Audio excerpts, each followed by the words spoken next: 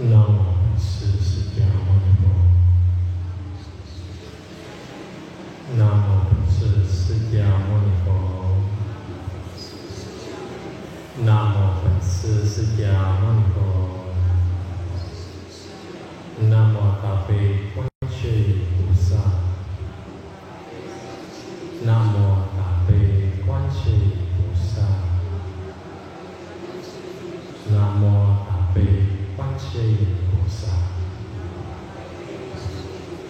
Amitabha. Ya, selamat malam pada semua yang hadir di sini dan yang ada di rumah. Ya, hari Minggu kita akan merayakan Kuan Yin Sejid. Maka untuk daripada itu kita sebelum memperingatinya kita mengerti dulu bagaimana Kuan Yin Pusa. Di sini ada Maha Karuna Dharani Sutra. Saya akan bacakan biar nggak salah artinya dan umat-umat nanti bisa mengerti dan mengetahui ya. Nah, sutranya demikian. Demikianlah telah kudengar suatu ketika Sang Buddha Sakyamuni Tathagata berada di Gunung Kotalaka, di istana berhiaskan beragam permata, di kediaman Bodhisattva Avalokitesvara. Beliau duduk bersila di atas mahkota kebesaran singgasana, berhiaskan beragam batu permata. Ratusan kibaran bendera warna-warni yang sangat berharga terpasang menghiasi sekelilingnya. Saat Sang Tathagata di atas mahkota singgasananya bermaksud memberi ajaran Dharma tentang mantra yang tak terlupakan, beliau dikelilingi oleh tak terhingga banyaknya Bodhisattva Mahasatwa. Mereka adalah Bodhisattva Dharani Raja, Bodhisattva Ratna Raja, Bodhisattva Baisaja Raja, Bodhisattva Baisaja Samugate, Bodhisattva Avalokitesvara, Bodhisattva Mahastama Prapta, Bodhisattva Awatamsaka, Bodhisattva Great Sublime, Bodhisattva Precious Deposit, Bodhisattva Virtuous Store, Bodhisattva Vajragarba, Bodhisattva Asaka Garba, Bodhisattva Maitreya, Bodhisattva Samantabhadra, Bodhisattva Manjusri, Bodhisattva Mahasatwa yang lainnya. Semuanya adalah para pangeran agung Dharma yang telah diabhiseka. Sang Buddha juga dikelilingi oleh tak terhingga banyaknya arahat yang telah mencapai ke 10 tingkatan arahat, dipimpin oleh Arya Mahakasyapa. Beliau juga ditemani tak terhingga banyaknya para dewa surga Brahma, dipimpin oleh Brahma Sinza. Beliau juga ditemani oleh tak terhingga banyaknya para dewa surga Kamaloka yang dipimpin oleh Dewa Gopaka. Beliau juga ditemani tak terhingga banyaknya para dewa surga Catur Maharajika, dipimpin oleh Dewa Dhritarashtra. Beliau juga ditemani tak terhingga banyaknya para dewa naga, yaksa, gandharva, asura, garuda, kinara, mahoraga, manusia, amma manusia, dipimpin oleh Maharaja Naga Agung nan mulia surgawi. Beliau juga ditemani tak terhingga banyaknya para dewi dari surga Karmaloka, dipimpin oleh Dewi Mata Kesucian. Beliau juga ditemani oleh tak terhingga banyaknya para dewa surga Sunyata, dewa sungai dan lautan, dewa sumber mata air, dewa danau, dewa obat-obatan, dewa hutan, dewa tempat kediaman, dewa api, dewa bumi, dewa angin, dewa tanah, dewa pegunungan, dewa batu-batuan, dewa istana, dan para dewa yang lainnya. Semuanya datang dan berkumpul bersama dalam persamuan agung ini. Pada saat itu, ya sebelumnya ini saya jelasin dulu ya. Ini sutranya membahas ketika Sang Buddha pada suatu berada di Gunung Kotalaka, di istana yang berhiasan berbagai macam istana permata kediaman Avalokitesvara. Nah, di saat itu singgasananya sangat penuh dengan mahkota. Karena keadaan di surga Sukawati itu semuanya berhiaskan permata. Nah, dikatakan bahwa Pada saat itu dikelilingi banyak sekali bodhisatwa. Nah, kita lihat semua bodhisatwa berkumpul dan dikelilingi lagi juga oleh para arahat. Lalu surga Brahma. Brahma adalah alam surga tingkat ke-7 sampai ke-26. Ini adalah semua yang bisa mencipta, semua adalah creator. Nah, semuanya dipimpin oleh Brahma, Sinha.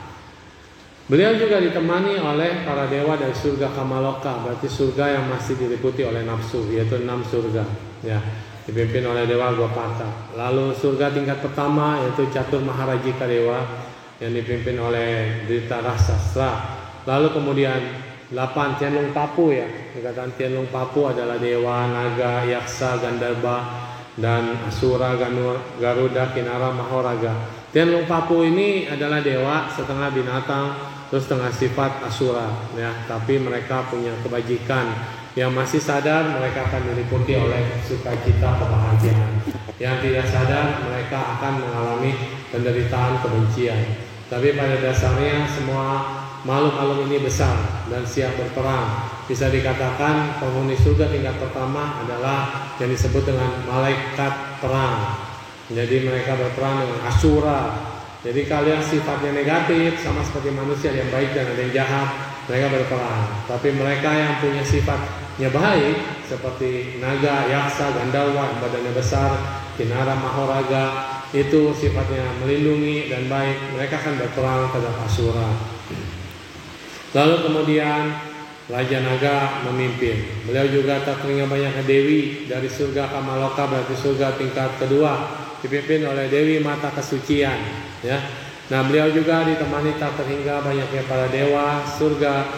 Di sini kita lihat ada malaikat sungai, malaikat lautan, malaikat sumber mata air, malaikat dana, malaikat obatan, hutan, kediaman, malaikat api, malaikat bumi. Semua dewa-dewa ini ada. Bukan berarti mereka menjadi sungai, bukan, tetapi menjaga sungai, menjaga hutan. Kenapa? Karena semua alam, semua nature adalah memiliki kenaturannya sendiri, kealamiannya sendiri. Dan mereka menjaga agar supaya nature ini tidak rusak, kealamian ini tidak rusak. Maka kalau kita ke hutan, bukan berarti nanti di sana ada dewa yang jahat atau makhluk yang jahat, bukan. Tetapi manusia yang jahat yang kadang-kadang merusak hutan, menembaki burung dan segala macam, sehingga makhluk-makhluk ini terusik. Kediaman para makhluk suci maupun makhluk-makhluk biasa akan terusik. Nah, di sini mereka menjaga ya. Dewa tanah, juga ada dewa angin, dewa pegunungan dan lain-lain. Semuanya datang berkumpul dalam persamuan agung ini. Pada saat itu, persamuan agung Bodhisatwa Avalokiteswara diam-diam memancarkan cahaya agungnya sehingga seluruh dunia di 10 penjuru bersama dengan sistem dunia Tisahasi Mahasahasi Lokadatu atau 3000 sistem maharibu alam semesta ini yang disebut dengan universe, semuanya bersinar berkilauan kemasan. Bayangin, satu bodhisatwa bisa mengeluarkan cahayanya mencapai Tisahasi Mahasahasi Lokadatu. Semuanya bersinar kemasan. Jadi sinar gold itu kemasan. Kemasan adalah sinarnya orang suci, sinarnya para bodhisatwa. Istana-istana surgawi, istana para dewa naga, istana para dewata, semua bergetar, semua bersinar, semuanya terang benderang oleh cahaya Avalokiteswara ini. Sungai, lautan, gunung, cincin besi, gunung Semeru, gunung bumi, gunung ke-8 juga ikut bergetar dan bercahaya bagaikan matahari, berbagaikan bulan, bagai mutiara, bagai api dan perbintangan. Semuanya seperti ditelan cahayanya oleh cahaya Avalokiteswara ini. Berarti cahaya gold ini sangat besar sekali dan terang sekali mengalahkan cahaya yang lain. Kalau kita katakan ada di Himalaya atau kalau kita ke Nepal, itu di Himalaya ada Himalayan Peak ya, gunung pusat tinggi Himalaya. Itu kalau kena matahari baru terbit, makanya banyak orang pergi ke Nepal untuk melihat pemandangan ini, Golden Peak. Ketika matahari baru terbit, gunung ini seperti gunung emas, betul-betul seperti emas. Kalau yang nggak beruntung ya pas lagi mendung atau pas lagi nggak ada matahari. Tapi kalau benar-benar dia bermatahari, gunungnya seperti berlapis emas, seperti itu ya. Menyadari kejadian yang amat langka ini, Bodhisatwa Dharani Raja menjadi tertegun dan bercampur kagum sehingga beliau bangkit dari tempat duduknya. beranjali dan bertanya kepada Buddha dengan lautunan syair, siapakah yang telah mencapai tingkat kebudayaan saat ini, memancarkan sinar suci terang benderang ke segala penjuru. Seluruh dunia di 10 penjuru berkilauan keemasan. Demikian pula dengan sistem 3000 maharibu dunia alam semesta universe ini. Siapakah yang telah mencapai kebebasan sempurna saat ini? Nah, jadi paslah gue capkau atau besok ini ya, besok minggu ya, menunjukkan kesucian suci dan langka. Tak terhingga dunia tanah suci Buddha semua bergetar. Demikian pula dengan istana-istana para naga. Naga ada laut, ada angkasa, ada darat, dan dewata. Saat ini semua persamuan ikut bertanya, tahu siapa yang memiliki kekuatan ini? Apakah beliau sang Buddha, sang Bodhisattva, atau yang Arya para arahat, atau Dewa Brahma, Dewa Mara, para dewa surgawi, ataukah Dewa Sakra, Raja Langit? Dewa Sakra adalah penghuni surga tingkat kedua. Kami memohon kepada Bhagawa ulas asihnya, ya Bante, para Buddha, untuk memberitahu kami asal dari kekuatan suci nan agung ini. Sang Buddha kemudian berkata kepada Bodhisattva Dharani Raja, hei orang budiman, engkau semua harusnya tahu bahwa di persamuan ini, di situ maksudnya, ada seorang Bodhisattva Mahasattva yang bernama Avalokitesvara. Tadi kan dia diam-diam memancarkan cahayanya. Berarti kalau di persamuan itu tidak kelihatan, berarti dia tidak menunjukkan di situ, tapi terpancar ke yang lainnya, gitu ya. Kan kalau sumber cahaya sumbernya di mana langsung kelihatan. Tapi beliau hebat, bisa diam-diam, yang lain bergetar dan bercahaya, tapi di persamuan itu tidak ketahuan siapa yang memancarkan cahaya itu. Makhluk agungnya tiada batasnya. Beliau telah mencapai tingkatan maha ulas asih dan kasih sayang yang agung nan sempurna sejak dahulu. Tak terhitung banyaknya kalpa-kalpa sebelumnya telah sempurna mencapai ajaran tak terbatas dari pintu Dharma berdasarkan kemantraan. Dan untuk memberikan ketenangan dan kebahagiaan semua makhluk, beliau memancarkan kekuatan sinar agungnya.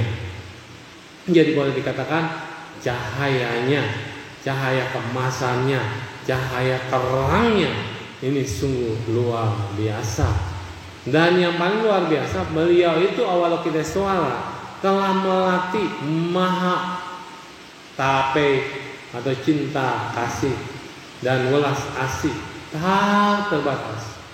Jadi artinya dari kelahiran setiap kelahiran yang dilatih hanya welas asih, cinta kasih sayang. Nggak peduli terlahir sebagai apa, pelatihan hidupnya hanya itu. Oleh karenanya kesempurnaannya sudah lengkap saat mencapai Avalokitesvara. Jadi pelatihan bukan hanya satu kehidupan. Melatih cinta kasih dan kasih sayang adalah harus, wajib hukumnya. Kenapa? Itu yang paling bisa kita lakukan untuk mencapai tingkatan yang lain. Nggak usah berbicara atau punya iming-iming mencapai kesempurnaan yang seperti punya kebijaksanaan tertinggi, punya kesaktian. Cukup melatih dasarnya basic cinta kasih. Nah, ketika kita punya cinta kasih, hati kita ini jadi enteng, terbuka. Pancaran cinta kasih ini ada di kepala muter ke 10 penjuru. 10 penjuru itu 8 arah mata angin atas dan bawah. Ya. Nah, setelah Sang Buddha selesai berkata demikian, Bodhisattva Avalokitesvara bangkit dari tempat duduknya dan merapikan jubahnya, lalu kemudian bersikap anjali pada Sang Buddha sambil berkata, Bhagawa, saya memiliki sebuah mantra yang berasal dari Dharani kasih sayang dan hati suci yang maha agung, dan ingin segera memberitahukannya untuk memberikan ketenangan dan kebahagiaan semua makhluk. Dharani apa ini? Apa? Mantra apa? Tahu nggak? Nggak tahu. Nah, lanjutin. untuk menyembuhkan semua penyakit, untuk memberikan usia yang panjang, untuk mencapai kekayaan, untuk menghapuskan semua karma buruk dan dosa berat, untuk menghindari bahaya dan malapetaka, untuk menghasilkan pahala dari ajaran Dharma, untuk menyempurnakan akal kebajikan dan kemuliaan, untuk melenyapkan rasa takut. Ya betul kok apa? Tapeco ya 100. Nah, untuk mencapai semua keinginan yang baik, Bagawa, mohon berikan belas kasih Anda, izinkan saya untuk berucap. Bodhisattva masih memohon kepada Sang Buddha untuk mengatakan, ya, padahal dia juga tahu Sang Buddha juga luar biasa, tapi beliau memohon. Sang Buddha berkata, Sancai sananca saniran, biasanya begitu. Orang yang budiman, engkau memiliki welas asih dan kasih sayang yang sempurna untuk memberikan ketenangan dan kebahagiaan pada semua makhluk. Engkau ingin mengulas mantra yang agung ini. Saat ini adalah waktu yang tepat. Silakan membabarkannya. Tathagata sangat berbahagia dan menyetujuinya. Demikian juga dengan para Buddha. Bodhisattva Avalokitesvara kemudian berkata kepada Sang Buddha, Bagawa, saya ingat ketika dulu sejak tak terbayangkan jutaan kalpa yang lampau, seorang Buddha yang bernama Raja Ribuan Sinar tak bergebing Tathagataya, yaitu Uliang Upien Rulai, cahaya Tathagata yang tak terbatas, telah muncul di dunia. Berkat ulas asih dan kesadaran agungnya terhadap saya dan semua makhluk, Sang Buddha pada saat itu mengucapkan mantra yang sangat luas, sempurna, tak terbatas. Mantra Karuna Dharani ini kemudian mengusap kepalaku dengan tangan emasnya dan berkata, orang budiman, engkau seharusnya ingat mantra agung ini agar dapat memberikan manfaat dan kebahagiaan sempurna pada semua makhluk pada zaman kejahatan masa mendatang. Jadi Tapeco bukan oleh Buddha Sakyamuni, bukan oleh Kuan Sen Pusa, tapi oleh Buddha dengan usia dan ribuan sinar yang sangat tak terbatas. Ya, siapa? Amitabha. Ya, karena Amitabha adalah guru dari Kuan Yin Pusa. Pada saat itu saya masih berada pada tingkatan bumi pertama. Tingkatan Bodhisattva ada 10, Seti Pusa. Ya, itu baru Bodhisattva tingkat pertama. Setelah mendengar mantra tersebut, saya melampaui tingkatan bumi ke-8, jadi Pati Pusa. Jadi ada 10 level Bodhisattva. Baru dari Bodhisattva tingkat pertama, setelah memancarkan, melafalkan dan terus membacakan Dharani ini, langsung lompat ke Pati Pusa atau Bodhisattva tingkat ke-8. Saya sangat bahagia dan kemudian saya bertekad, jika saya dapat memberikan manfaat dan kebahagiaan kepada seluruh makhluk di masa mendatang, biarlah saya memperoleh 1000 tangan, 1000 mata di badanku. Qian Shou Qian Yan Kuan Shi Pusa. Setelah mengucapkan tekadku, saya mendapatkan sepenuhnya 1000 tangan dan 1000 mata di tubuhku. Dan kemudian dataran di dunia 10 penjuru memancarkan sinarnya ke tubuhku dan menyinari dunia-dunia tak terbatas dari 10 penjuru. Sejak itu, para Buddha dan persamuan agungnya, saya selalu mendengar, menerima dan mengingat selalu mantra agung ini, dan kegembiraan selalu terulang kembali dari hati yang paling dalam. Ingat, ketika kita membacakan mantra Karuna Dharani, basicnya Anda harus bahagia. Bukan cuma Pak, namo alai tanah tolai, namo alai tolai jadi, tapi Pak datangnya ngedugu-dugu, tidak bahagia. Jadi ketika membaca mantra ini, kalau mau memperoleh manfaat, baca dengan bahagia. Namo alai tanah tolai, ya senyum, senyum, hatinya senyum, ya baru bisa bermanfaat. Membuatku sangat bahagia sehingga saya bisa melampaui tak terhitung jutaan kalpa rantaian kelahiran dan kematian. Sampai di sini paham? Yang bisa melewati rantai kematian dan kelahiran adalah Huan Sisin, mudita cita, kebahagiaan, tidak lebih tidak kurang. Cinta kasih plus welas asih, meta ditambah karuna. Tanpa ada mudita, tanpa ada kebahagiaan, dia cuma meta dan karuna. Dia cuma cinta kasih dan welas asih. Tapi ditambah dengan mudita akan tercapai, terbebas dari semua lingkaran kelahiran. Akhirnya karuna ada dengan meta dengan karuna, cinta kasih dan welas asih ditambah dengan mudita kebahagiaan akan menghasilkan keseimbangan batin, UPK. Dan UPK inilah yang menyebabkan kita bisa melampaui keluar dari lingkaran samsara.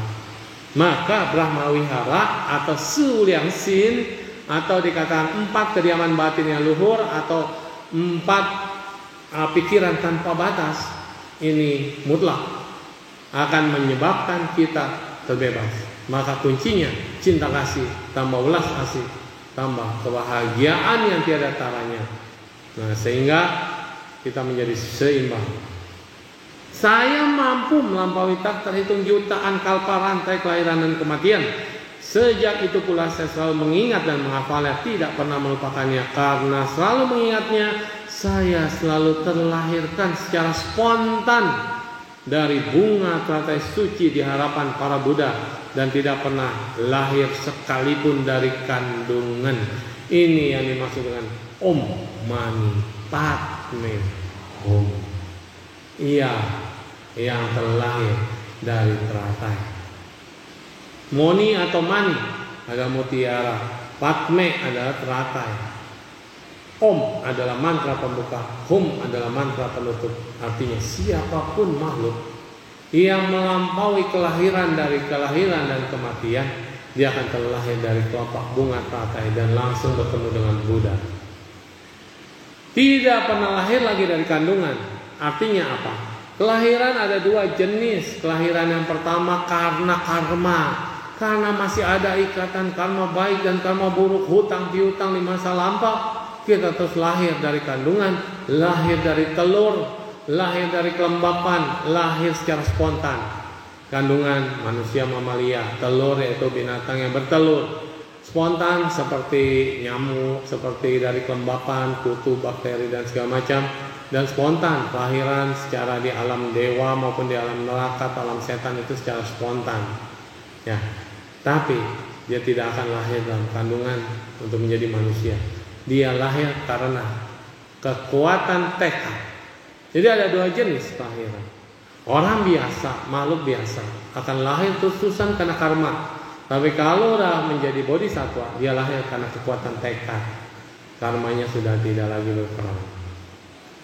Jika ada dari para biksu, biksuni, upasaka, upasika dan para remaja suci yang ingin menghafal dan mengingat mantra ini, pertama-tama harus membangkitkan hati suci bodhicitta yang berdasarkan kasih sayang agung. Jangan lupa kalau kita mau baca harus membangkitkan kasih sayang agung.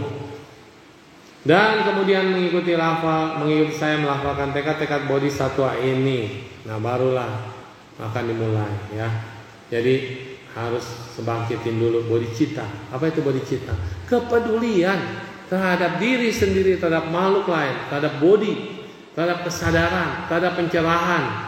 Lalu kemudian dikatakan, Namo Mahakarunikaya Awalokiteswara. Semoga dengan cepat saya mengetahui semua ajaran Dharma. Ajaran Dharma banyak yang terbuka, ada yang tidak terbuka. Yang terbuka yang diajarkan, yang tidak terbuka yang langsung lewat pikiran. Namo Mahakarunikaya Awalokiteswara. Semoga dengan cepat saya memperoleh mata kebijaksanaan. Huiyen. Mata itu ada mata daging, mata biasa. Ada mata dewa. Mata dewa itu mampu melihat makhluk-makhluk alam dewa atau alam setan, alam rendah. Terus juga ada mata kebijaksanaan. Melihat makhluk lain sebagai menderita, dia tidak takut bahwa itu karma lampaunya. Lalu gimana caranya mengubah penderitaan menjadi kebahagiaan? Mata inilah yang dimiliki oleh mata kebijaksanaan. Melihat masalah bukan sebagai problem, tapi melihat masalah sebagai akar penguatan, akar kebahagiaan. Jadi kadang-kadang kita kan melihat, aduh sialah ini tidak beruntung, aduh nasib buruk, nasib jelek. Kalau tanpa mata kebijaksanaan kita akan menjadi sedih, kita akan menjadi cemas. Tapi dengan mata kebijaksanaan inilah kesempatan saya untuk berubah baik. Hutang sudah lunas, karma buruk berbuah, syukur. Kita bersyukur karma buruk berbuah. Berbuahnya di alam manusia. Coba kalau berbuah di neraka, harus lewatin berapa lama di neraka, keluar dari neraka, berbuah lagi. Di atas neraka ada banyak, keluar lagi, baru keluar lagi jadi binatang, baru bisa jadi manusia kembali. Jadi bersyukur, karma buruk berbuah di alam manusia. Kita kena sakit, bersyukur kita masih bisa mengalami sakit. Istirahatlah, selagi masih sakit kita bisa istirahat, bisa nyempo, bisa berdoa. Kalau nggak sakit, kerja mulu, nyari duit mulu, kapan berdoanya? Sibuk, ya nggak? Begitu sakit, kita diingetin. Nah, nggak menjaga badan, nggak jaga pikiran, stres, GERD muncul, sakit mah muncul, nggak pernah meditasi, nggak ada waktu. Itu sakit kita diingatkan, karena sakit adalah awalnya kedekatan kita pada kematian. Dan kita nggak perlu takut dengan kematian, karena orang dengan mata kebijaksanaan akan melihat kematian adalah awal dari kelahiran kembali. Begitu kita meninggal, saat itu kita lahir. Masalahnya lahir di mana? I don't know. Nah, begitu kan? Nah, makanya kita harus menggunakan mata kebijaksanaan. Namo Maha Karunikaya Avalokitesvara. Semoga dengan cepat saya dapat menyeberangkan semua makhluk ke pantai seberang. Tekad daripada Kuan Yin Pusa adalah menyeberangkan semua makhluk ke nirwana. Gimana cara nyebranginnya? Bukan dengan cara ngajak, ayo sini naik perahu, ayo sini saya anterin ke pantai seberang. Bukan. Nganterinnya, ngajarin semua makhluk untuk menjadi seperti beliau, memiliki cinta kasih, ulas asih yang akan mendorong kebahagiaan yang tanpa batas dan tercapailah keseimbangan sempurna. Ketika terjadilah keseimbangan inilah terjadi kebijaksanaan sempurna. Kejadian kebijaksanaan sempurna maka bisa mencapai pencerahan. Itulah nyampe ke pantai seberang. Itu ya. Jadi juru selamat itu bukan datang satu-satu nyelamatin kita. Wah kita mah santai-santai aja, banyak berbuat jahat lah. Nanti kalau udah mau mati baru minta tolongin saya, seberangin saya. Bodhisattva penuh cinta kasih pasti akan bantu saya. Enak banget kalau begitu. Semua bodhisattva hidupnya nggak ada yang bahagia rata-rata. Mereka menanggung penderitaan orang lain. Orang lain boleh bahagia, saya akan menderita. Saya akan membakar diri saya untuk menolong orang lain. Seperti lilin, memberikan cahaya tapi badannya kebakar. Seperti pohon, saya akan melindungi orang lain dari kepanasan sinar matahari. Saya akan memberikan oksigen, tapi pohonnya begitu besar, ditebang jadi meja, jadi lemari dan segala macam ya. Nah, itulah bodhisattva. Saya akan menjadi buku. Buku ini sumber pengetahuan. Siapa yang membaca akan memperoleh pencerahan. Begitu ya. Kemudian Namo Maha Karunikaya Avalokitesvaraya. Semoga saya memperoleh berbagai kebijakan untuk menyadarkan beragam makhluk. Kebijakan, bijaksana ya. Namo Maha Karunikaya Avalokitesvara. Semoga dan cepat saya berada di perahu prasnya, yaitu kebijaksanaan yang agung. Susah menjadi bijaksana, maka sebelum menjadi bijaksana, bijak sini dulu. Lihat dulu ke sini. Jangan usah ngeliatin orang lain. Tuh orang begini banget sih. Gimana itu orang? Gimana nolong orang? Sendiri tidak ditolong, nolongin orang. Sendiri nggak bisa berenang, mau nolong orang kelelep. Dua-duanya kelelep. Namo Maha Karunikaya Avalokitesvaraya. Semoga dengan cepat saya dapat menyeberangi lautan kesengsaraan. Namo Maha Karunikaya Avalokitesvara. Semoga dan cepat saya mencapai sila, samadhi dan panya. Ini disebut sebagai sanxue atau 3 pelajaran. 3 pembelajaran yaitu sila, samadhi dan pasnya. Cie, ting, wei. Sila adalah tingkah laku moral. Dengan menjalani sila, apa aja yang termasuk dalam sila di dalam jalan utama berunsur 8. Karena Cie Ting Hui ini adalah yang bisa menyeberangkan kita ke pantai seberang, yaitu Arya Atangika Maga, jalan tengah, satu jalan dengan 8 unsur. Yaitu unsur yang mana yang disebut dengan sila, yaitu unsur yang mana?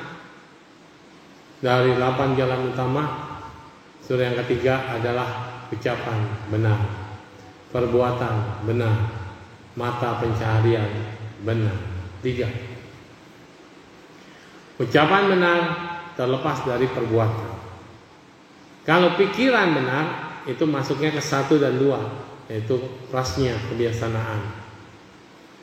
Terus samadhi masuknya ke 6, 7, 8. Maka ucapan harus benar, ucapan bermanfaat, tepat pada waktunya, berfaedah, lemah lembut, tidak sombong, dan kemudian ucapan ini tidak ada dusta, ya, tidak kasar, tidak memfitnah, tidak memutarbalikan fakta. Itu yang disebut dengan sila.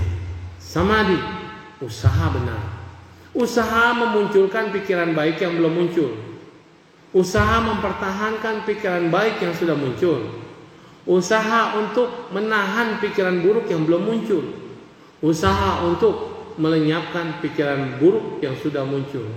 Ini adalah usaha yang masuk dalam samadhi. Jadi bermain juga dengan pikiran sebetulnya, yaitu usahanya itu adalah samadhi, ya. Lalu kemudian konsentrasi benar, fokus, daya fokus, perhatian, sampai sati, sampai jana, ya, perhatian. Lalu kemudian kita ada samadhi benar. Prasnya adalah pandangan benar dan pikiran benar, ya. Jadi sila, samadhi dan prasnya dengan cepat kita bisa dapatkan. Namo Mahakarunika ya awal kita suara. Semoga dengan cepat saya mencapai puncak nirwana. Saya mencapai kebebasan tertinggi. Namo Mahakarunika ya awal kita suara ya. Semoga dengan cepat saya berada dalam kediaman tanpa perbuatan, suatu keadaan tanpa pikiran-pikiran salah. Yaitu kediaman tanpa pikiran-pikiran salah di mana?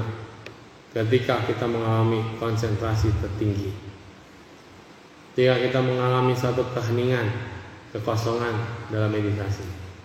Jadi begitu meditasi, satu titik di mana kita berada hampa, kosong, tidak ada apa-apa. Disitulah kita berdiam tanpa ada perbuatan positif maupun negatif. Disitulah, ya, meditasi tercapai tingkat konsentrasi tertinggi. Namo Mahakarunikaya Awalukita Soraya. Semoga dan cepat saya bersatu dengan tubuh agung Dharma atau Dharma Kaya. Tubuh agung Dharma ini adalah badan jasmani ini disebut dengan fasen. Mulut saya mengeluarkan Dharma, mengeluarkan ajaran kebenaran, ajaran kebaikan. Telinga saya mendengarkan Dharma, Dharma yang selalu masuk. Kotoran, sampah tidak akan masuk lewat. Tapi kalau Dharma akan masuk. Mata saya akan menjadi mata Dharma, membaca kitab suci, membaca hal-hal yang baik, firman, ajaran kebenaran yang baik. Hidung saya mencium dupa sehingga mendapatkan ketenangan dan kebahagiaan. Pikiran saya bersentuhan dengan Dharma, pikiran yang baik. Ini dia badan Dharma. Tangan ini melakukan kebajikan, kaki ini melangkah di jalan Dharma. Itu yang disebut dengan fase. Seluruh badan ini digunakan untuk Dharma.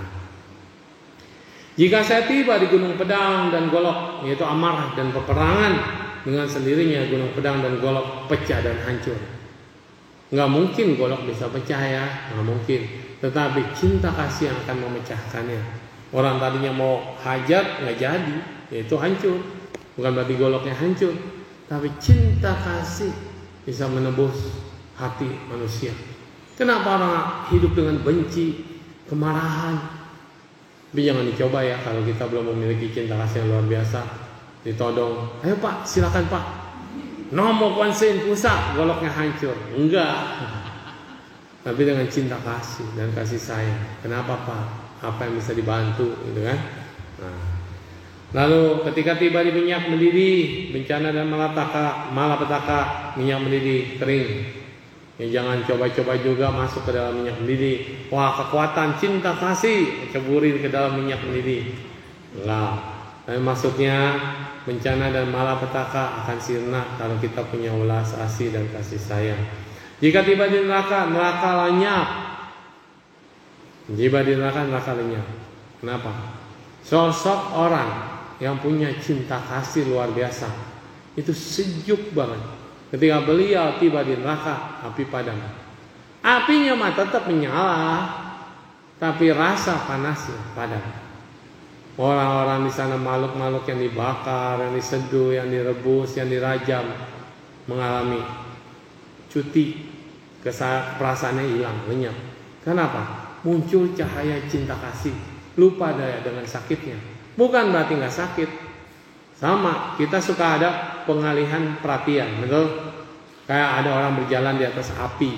Ini biasanya kalau ada retreat atau kalau ada kalau ada pelatihan, ada bara api.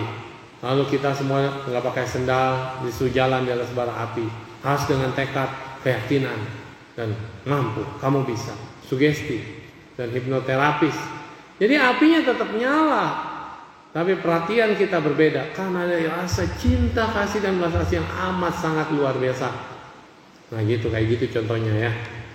Jika saya tiba di alam kereta, makhluk halus kelaparan, dengan sendirinya mereka menjadi kenyang. Jika saya tiba di negeri Asura, makhluk besar setengah dewa suka berperang, dengan sendirinya pikiran jahat mereka padam. Jika saya tiba di dunia binatang, dengan sendirinya mereka menyadari kebijaksanaan agung. Binatang ada banyak level. Ada binatang yang nggak punya otak katanya begitu ya. Nah, tapi lihat banyak binatang yang punya otak, punya pikiran, ya bisa ngerti. Tapi pada dasarnya semua binatang bisa ngerti. Dan kebijaksanaan di alam binatang ini nggak main-main. Banyak. Anjing bisa menyelamatkan tuannya. Kemudian lumba-lumba bisa menolong nelayan yang tersesat, bisa membantu nelayan yang jatuh. Kemarin ada lumba-lumba nemuin handphone, lalu dikembalikan ke pemiliknya. Kok tahu ya itu handphone gitu ya? Nah, ya kan, terus ada binatang-binatang lainnya, kerbau ngerti waktunya membajak, waktunya bagaimana, ngerti tidak akan merepotkan. Kuda dia tahu majikannya mau pergi kemana, dia akan melayani. Bahkan kalau orang bisa berbicara seperti kesannya kayak sudah teman sendiri. Dan banyak binatang yang punya kebiasaan. Para bodhisatwa pernah terlahir sebagai binatang yang merupakan raja dari para binatang, pernah ya.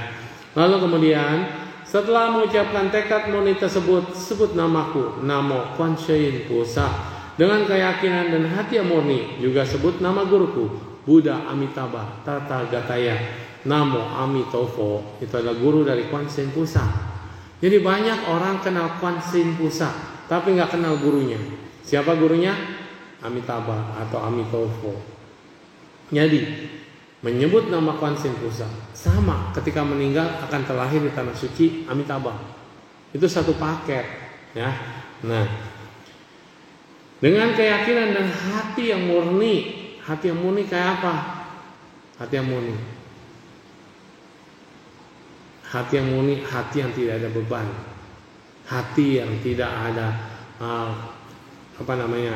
kacau, hati yang tidak ada sampahnya, hati yang murni. Kemudian lafalkan mantra ini sehari-hari lebih dari 5 kali untuk melenyapkan karma buruk dari proses kelahiran dan kematian yang terkumpul sejak ratusan jutaan kalpa yang lampau. Bodhisattva Avalokitesvara kemudian berkata kepada Sang Buddha, Bagawa, jika ada para manusia atau para dewa yang dapat melafal dan mengingat mantra dari Maha Karuna Dharani ini, ketika menjelang kematian, semua para Buddha dari 10 penjuru akan datang dengan tangan terbuka. Mereka akan terlahirkan di tanah suci Buddha manapun yang mereka inginkan. Kata-kata di kitab suci tidak sama dengan kata-kata yang sesungguhnya. Para Buddha punya tanah Buddhanya sendiri-sendiri. Ketika kita membaca mantra dengan luar biasa setiap harinya dan saat kita meninggal, bukan Buddhanya yang datang pada kita jemput, Siapa kita? Hebat amat. Buddha nemuin kita. Maksudnya di sini adalah para Buddha akan menerima dengan dua tangannya, diterima. Karena pikiran kita sudah tanpa batas. Ketika kita mancarkan cinta kasih tanpa batas, inilah pikiran kita menemui para Buddha tersebut yang tangannya terbuka. Jadi kita yang akan memilih tanah suci di mana kita akan dilahirkan. Dan kalau kita terlahir di salah satu tanah suci apapun, tanah suci Buddha apapun, dengan mudahnya, dengan sekejap detik aja, kita bisa pergi ke tanah Buddha lainnya. Maka di Amitochi, di Sutra Amitabha, di situ katakan, ketika makan pagi tiba, mereka akan mempersembahkan 1000 bunga pada 1 miliar, 1 miliar bunga kepada 1 miliar Buddha yang tersebar di seluruh tanah Buddha. Bukan berarti beliau ya kitanya langsung pergi satu-satu kunjungi 1 miliar, bukan. Dengan satu pikiran kita bisa membelah seperti Sunggokong, mengambil rambutnya, langsung berubah jadi banyak.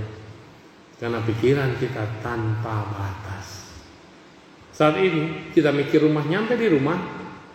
Hari ini kita mikir Amerika di mana, kita nyampe di Amerika. Saat ini kita bisa menduplikasikan kita dimanapun berada, kita bisa. Saat ini saya dengan Zoom, dengan Instagram Live ini, saya udah nyampe di rumah kalian yang ada di sini join, yang ada dimanapun berada. Tiba-tiba saya muncul.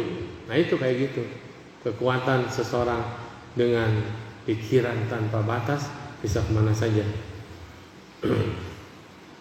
Dan kemudian Bodhisattva berkata pada Sang Buddha, jika ada siapa saja yang mampu melafal dan mengingat mantra agung dari Mahakaruna Dharani ini, terjatuh ketika alam penderitaan, binatang alam peta dan neraka, maka aku bertekad untuk tidak mencapai kebuddhaan.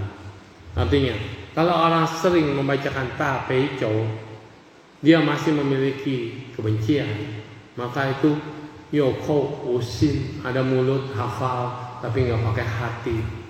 Tapi kalau bacanya dengan sungguh-sungguh, pakai hati dan kemurnian, maka dia pasti tidak akan jatuh ke 3 alam menderita. Maksudnya begitu. Kalau ada orang udah baca Tapecho masih punya kebencian, kemarahan, maka Kuan Yin Pusa gagal. Maka dia tidak akan mencapai kebuddhaan. Maksudnya gitu ya.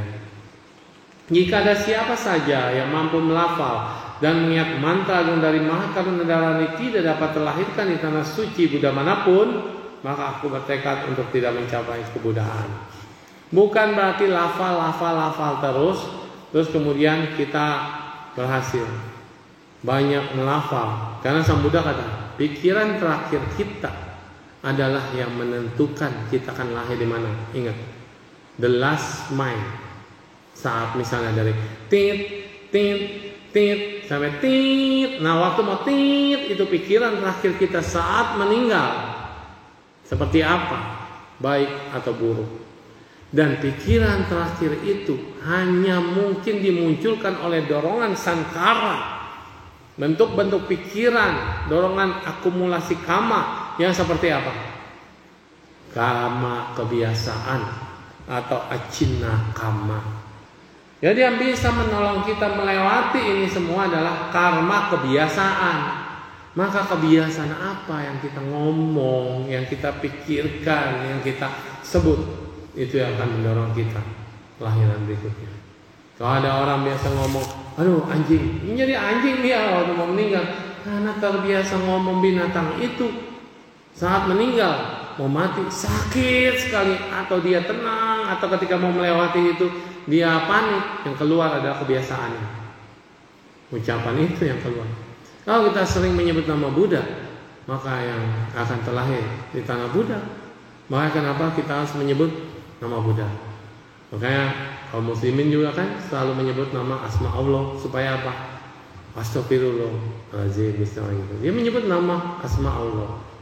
Dan ketika mau meninggal harus ada kata-kata inna ilahi gitu kan. Nah akan kembali ke Allah, ke ilahi.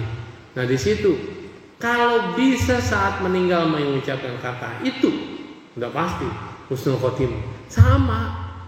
Jadi kama kebiasaan ini muncul dari apa yang kita lakukan. Amitofo. Atau kita menyebut namo haletana tulaya namo alia para jadi sepolaya putih satu poya, terus kita ingat terus sehingga waktu meninggal ini akan terngiang-ngiang terus. Makanya kenapa di rumah duka kalau kita putarkan Nyan Foci atau lagu Tapeco atau lagu apapun supaya yang baru meninggal ini pikirannya fokus tidak pada kesedihan, tidak pada yang meninggal yang ditinggalkan, aduh aku baru meninggal, aduh bagaimana tolong, tidak, tapi berfokus pada kebajikan ya. Nah, jadi udah paham sehingga kita bisa lebih ngerti ya kenapa karma kebiasaan inilah yang menentukan kita akan lahir di mana. Nah, karma kebiasaan ditentukan juga oleh apa yang kita biasa lafalkan. Ya, karma kebiasaan. Lalu kemudian siapa saja yang mampu melafal dan mengingat mantra ini, jika tidak bisa mencapai apa yang tidak dikehendaki dalam masa kehidupannya, maka mantra ini tidak bisa dinamakan Dharani kasih sayang dan hati suci yang maha agung, kecuali kalau digunakan oleh siapa saja yang tidak budiman atau siapa saja yang tidak sepatutnya yakin. Jika ada seorang wanita yang tidak menyukai tubuhnya dan menghendaki tubuh laki-laki, jika mampu melafal mantra ini, maka kelahiran selanjutnya dia tidak akan lahir lagi sebagai wanita. Sang Buddha mengatakan kelahiran sebagai wanita itu lebih memiliki resiko, lebih memiliki kesulitan, lebih memiliki banyak godaan, gangguan. Contoh, datang bulan, malah hamil, melahirkan, harus sabar, dikhianati suami, misalnya gitu. Godaan ini lebih banyak. Dan untuk menjadi seorang Buddha, syarat utamanya harus jadi laki-laki. Tapi Kuan Yin Pusa mengambil tubuh. Ya, tubuh beliau sih semua bisa laki-laki, bisa perempuan, tanpa batas tubuhnya. Tapi di Mahayana, khususnya di Cungpo, menempatkan sosok tubuh seperti wanita. Tapi bukan wanita. Cinta kasih ini adalah simbol dari keibuan atau ibu. Ya, maka kita lihat Kuan Yin Pusa. Nah, misal ada sini nggak kelihatan ya, terlalu terang dan silau. Tadinya saya pikir kelihatan ya. Nah, Kuan Yin Pusa, coba lihat. Dia menggunakan kerudung, ya, menggunakan kerudung. Di atas kerudungnya ini adalah Buddha, ya. Di atas kerudungnya adalah Buddha. Lalu kemudian ada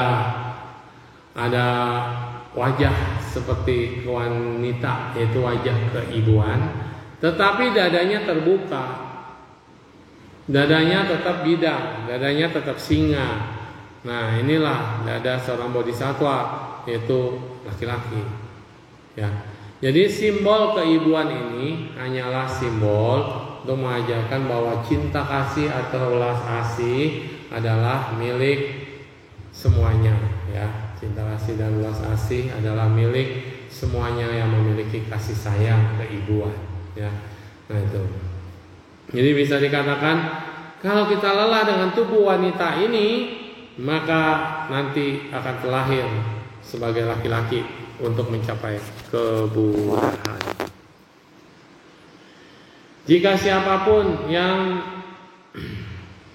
mengambil makanan, minuman atau barang-barang milik sangga atau para biksu atau biksuni, dan walaupun 1000 Buddha muncul di dunia tidak mau meminta pengampunan atau berubah, maka tidak dapat diampuni dosa-dosanya.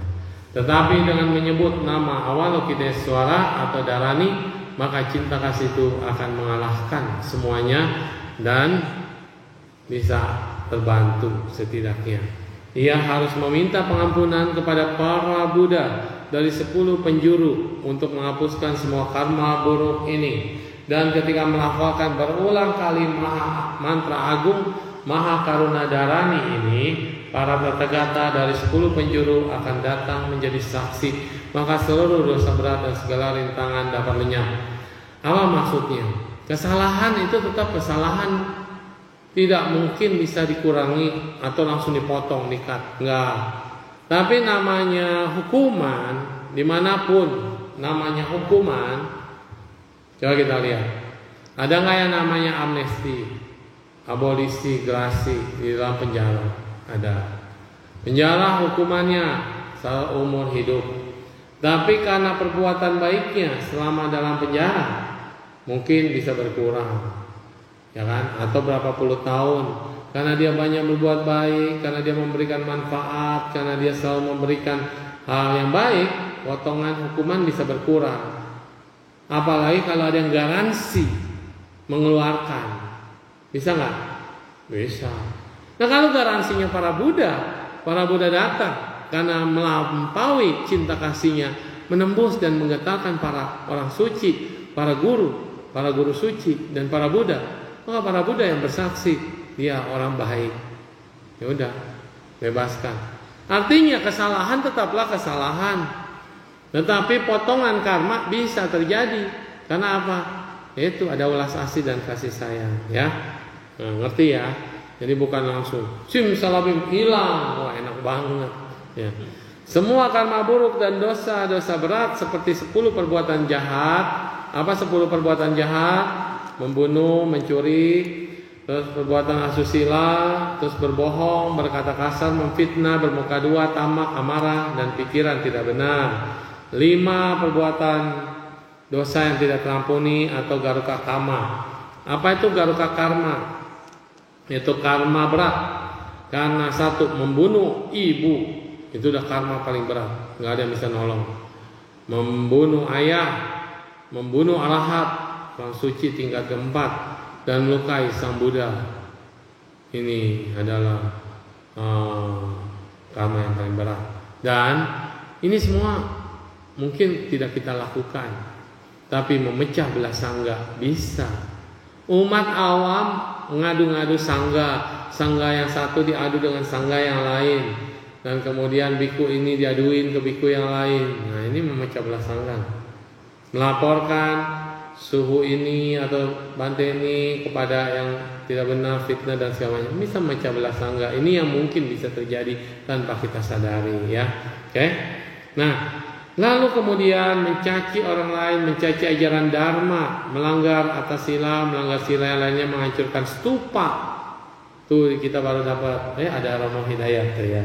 Baru dapat stupa, ini ada relik Buddha tuh yang di tengah. Nah itu relik Buddha, ada stupanya. Jadi semua stupa adalah tempat menyimpan relik. Kalau ini dihancurkan, maka karmanya juga berat, ya. Banyak banget kita lihat keruntuhan karena kebencian, menghancurkan tempat-tempat agama Buddha. Langsung buahnya, karmanya terjadi. Lalu kemudian mencuri barang milik sangga, tidak menghormati perbuatan suci, semua dosa akan lenyap apabila menghafal mantra agung Mahakaruna Dharani.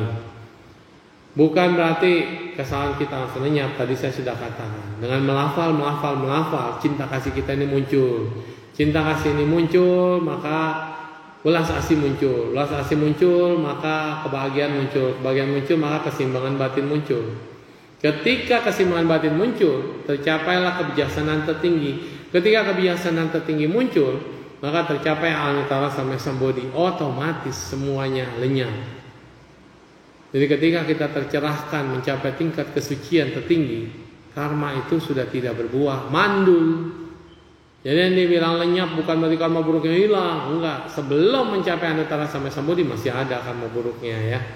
Nah, para manusia dan para dewa yang mampu melafal dan mengingat mantra agung dan Mahakaruna Dharani ini akan mendapatkan 15 kehidupan yang baik dan tidak akan mendapatkan 15 kematian buruk.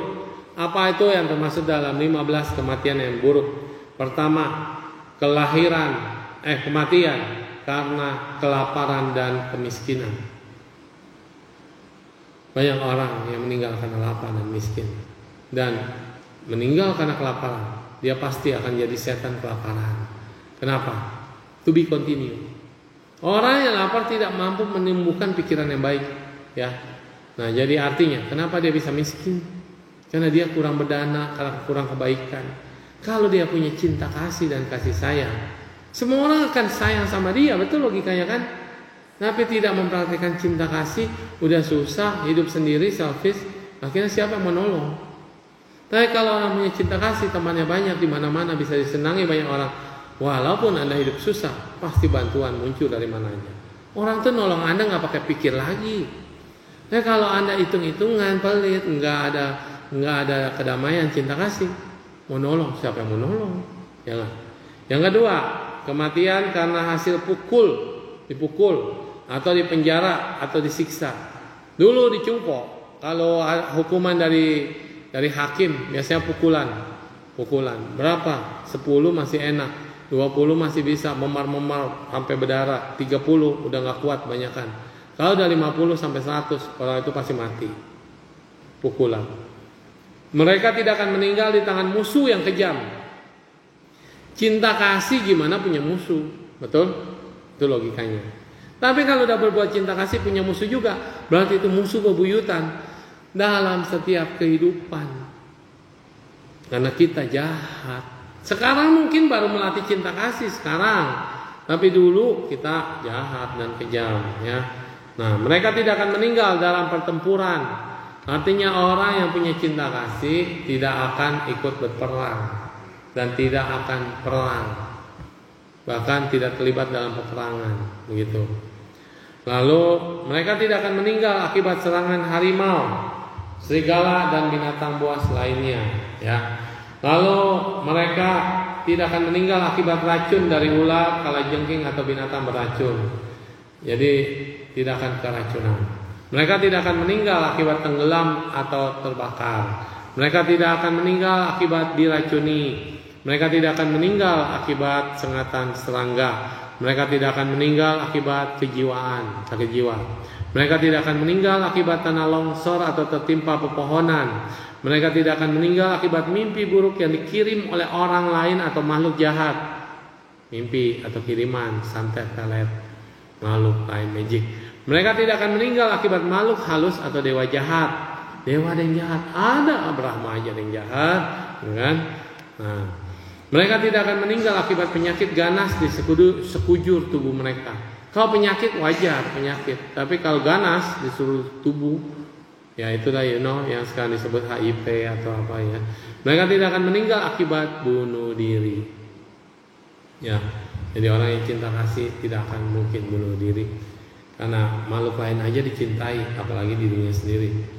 Mereka yang mampu melafal dan mengingat mantra agung dari Mahakarunia Dharani tidak akan mengalami 15 kematian buruk dan akan mendapat 15 kehidupan yang baik. Seperti apa 15 kehidupan yang baik?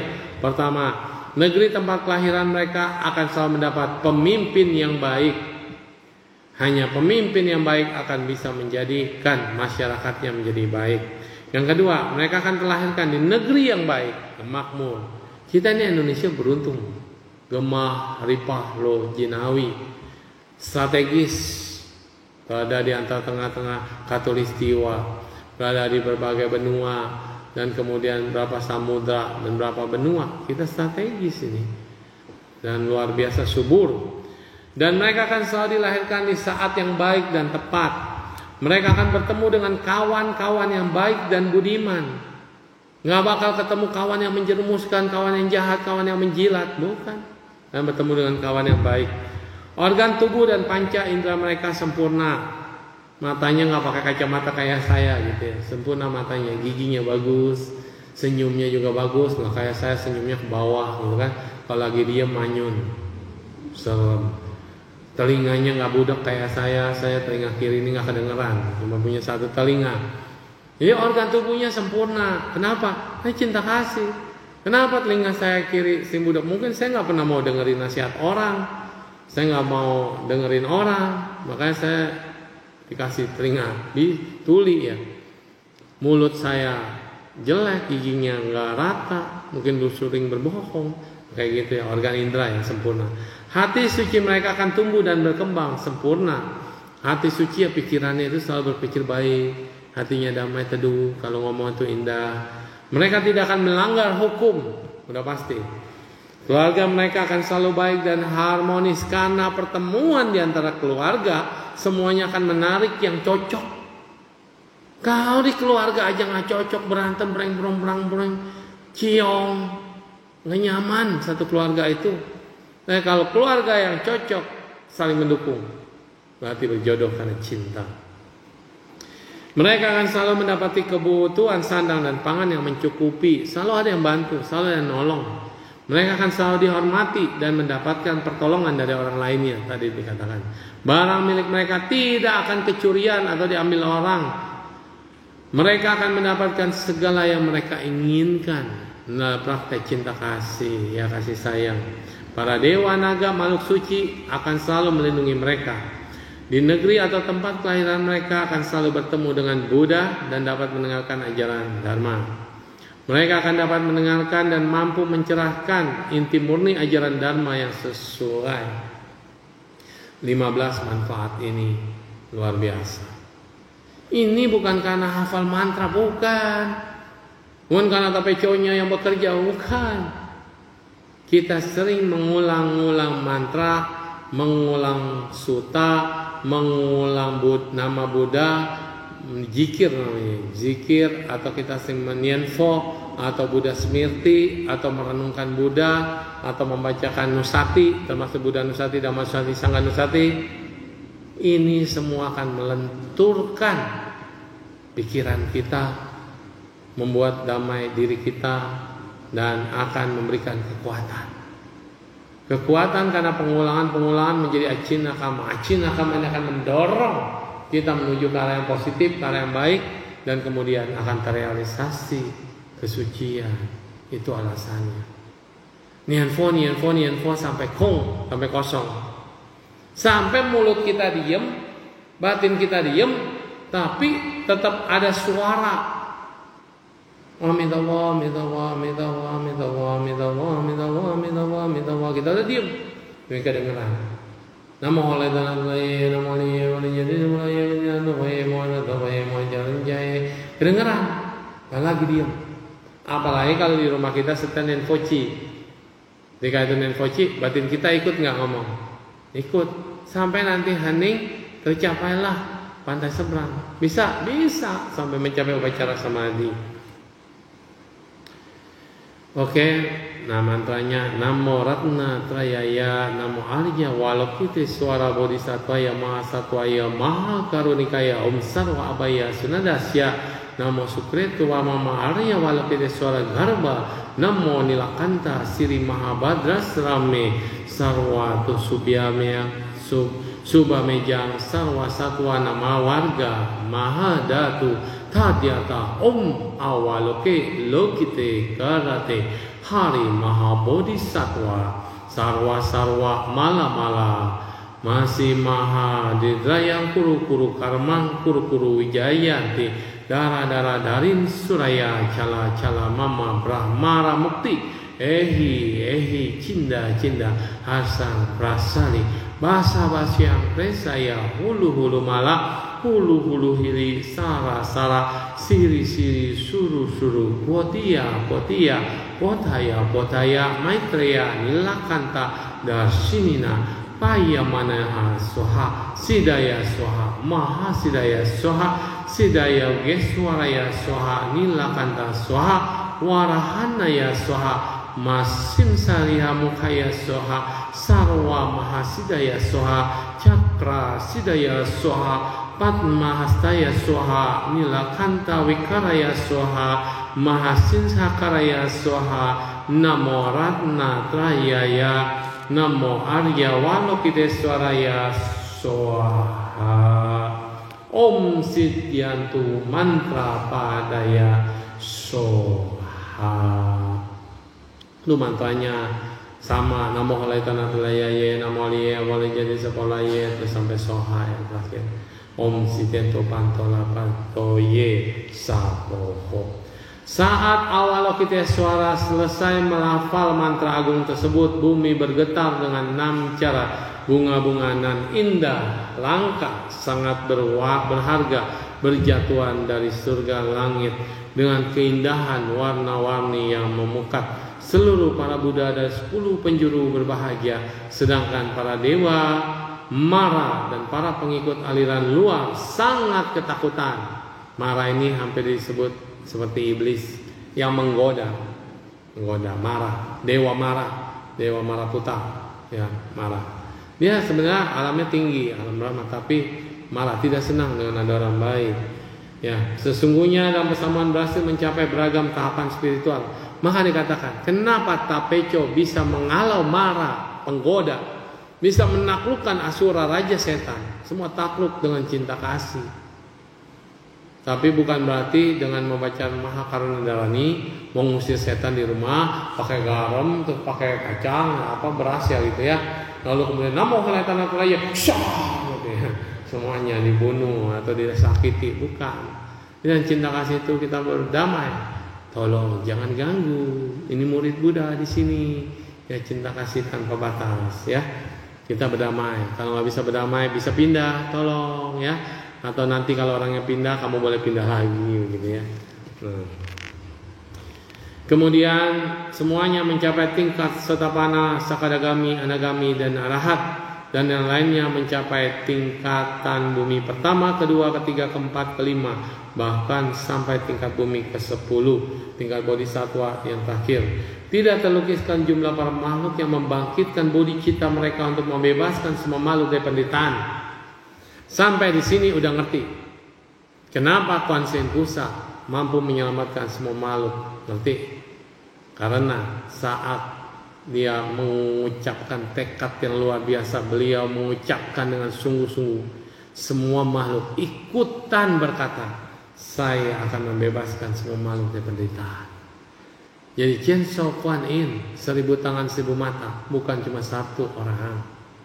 Kita manusia, Pai Kuan Yin Pusat, meniru cinta kasihnya, memperhatikan cinta kasih dan belas asihnya. Maka kita 500 orang bergandengan tangan. Ini jadi Cien So Kuan Yin. 500 orang punya 1000 tangan. 500 orang punya berapa mata? 1000 mata. Betul? Inilah mata kita tidak mampu melihat penderitaan, sehingga kita tidak mampu melihat mereka menderita. Kemudian Raja Surgawi Mahabrahma bangkit dari tempat duduknya. Mahabrahma bangkit dari tempat duduknya. Siapa yang disebut Mahabrahma?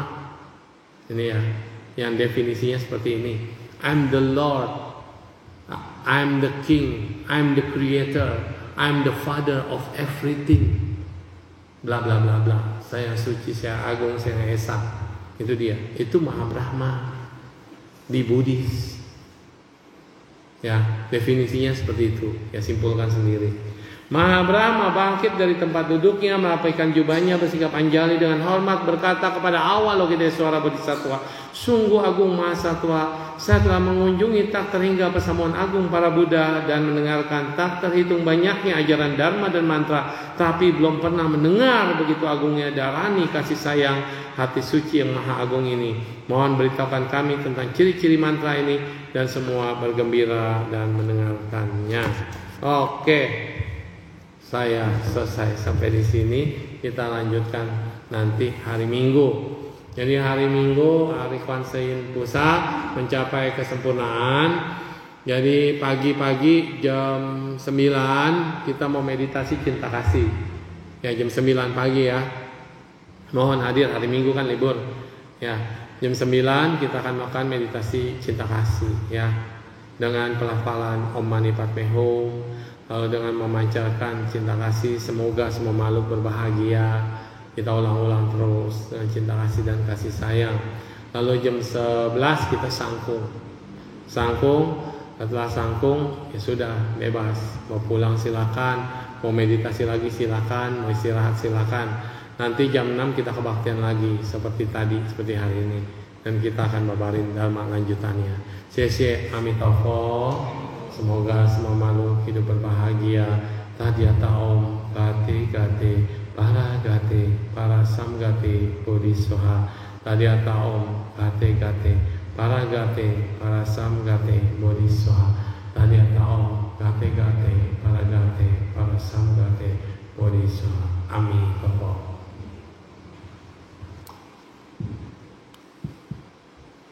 Amitabha. Terima kasih.